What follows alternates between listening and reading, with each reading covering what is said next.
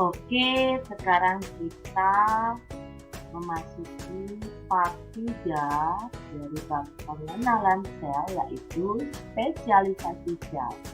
Semoga masih semangat ya. Kita beranalogi dulu ya. Jika sekeping Lego pada gambar A diumpamakan sebagai sebuah sel dan kumpulan Lego pada gambar B sebagai gabungan-gabungan sel, sama seperti Lego, manusia dan kebanyakan hewan dan tumbuhan tersusun dari banyak sel yang disebut multiseluler.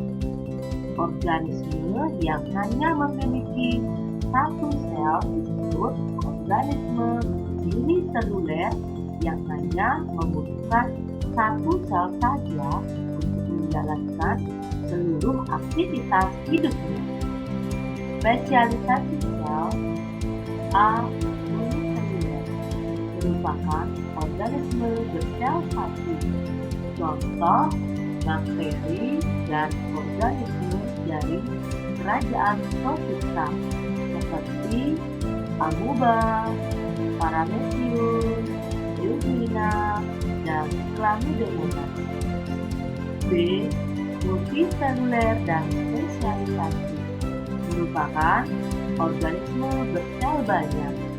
Contoh manusia, animalia, plantae. Dalam organisme multiseluler, sel-sel tampak terlihat berbeda antara satu dengan yang lainnya, serta memiliki fungsi yang berbeda.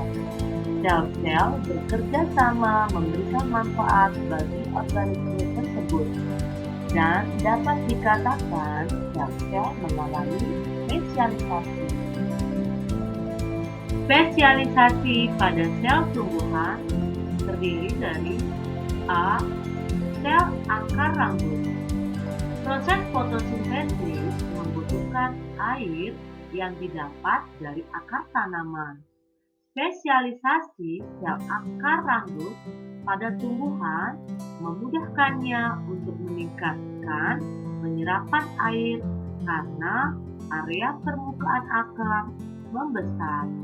Perhatikan gambar sel akar rambut ya. B.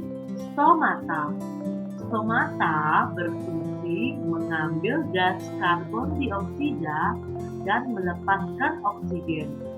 Sel penjaga yang berada di sekitar stomata berfungsi untuk membuka dan menutup stomata sehingga mengurangi banyaknya air yang keluar melalui stomata.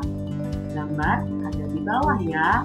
Kelihatan stomata membuka dan menutup stomata.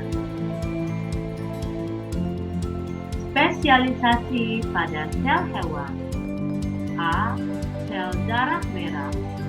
Sel darah merah berbentuk pipih, berfungsi untuk mengikat oksigen dalam darah. Sel saraf.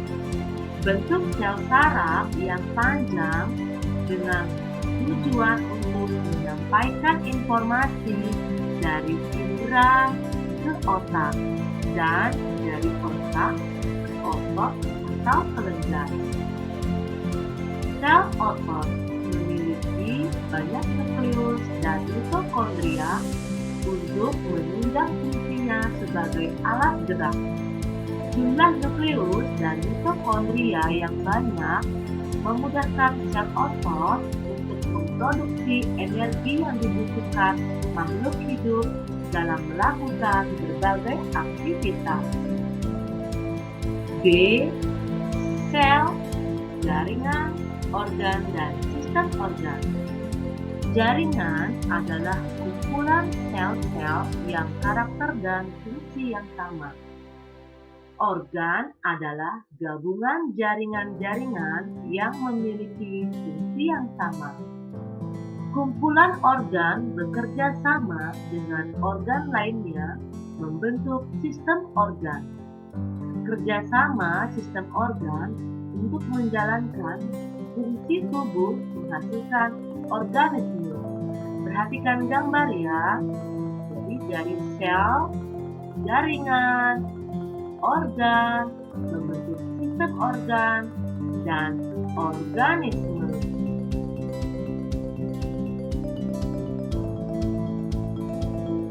Sistem organ pada manusia meliputi sistem pernapasan, sistem peredaran darah, sistem ekspresi, sistem gerak. Adapun sistem gerak melibatkan tulang dan otot.